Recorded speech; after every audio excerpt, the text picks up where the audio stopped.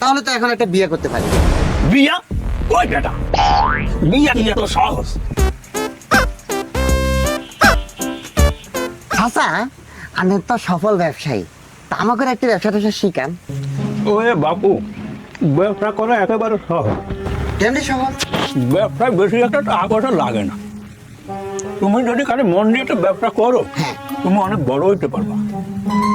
কেমনি? কয়টা গরু পারবা? কয়টা গরু?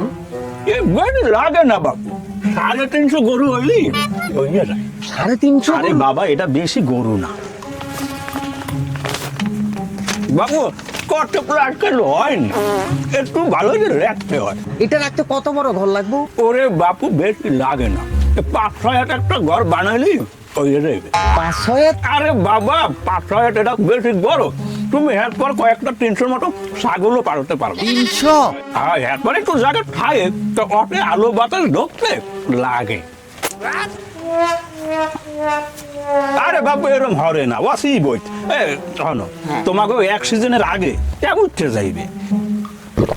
আরে বাবু, গরুর যে গোবর, এই গোবর দিয়ে সার বানায়, এই যদি তোমরা বেচতে পারো তা তোমরা লাখ টিনের টাকা পাইয়ে যাবা। এরপরও আরো আছে। আরো কি? এই যে গরুর সেনা, সেনা কে নিব?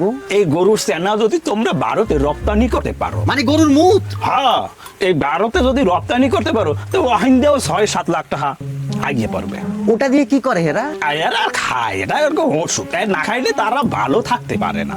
ও দেখি লেখো, তাহলে তো আমরা বড় লোক হয়ে যাবো। বড় লোক হয়ে যাবো মানে? তোমরা বড় লোক হইয়া গেছো, তাহলে তো এখন একটা বিয়ে করতে পারি। বিয়া? ওই বেটা, বিয়া কি এত সহজ? 350 গরু পালা যায়, 200 ছাগল পালা যায়, একটা বউ পালা যায়। সিরিয়াসলি? কে পালা যায় না?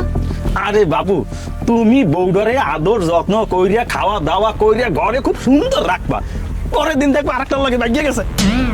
তোমাকে ব্যবসা লইয়া তোমরা থাও বাবা, এই ব্যবসা আমরা করতে পারবো না।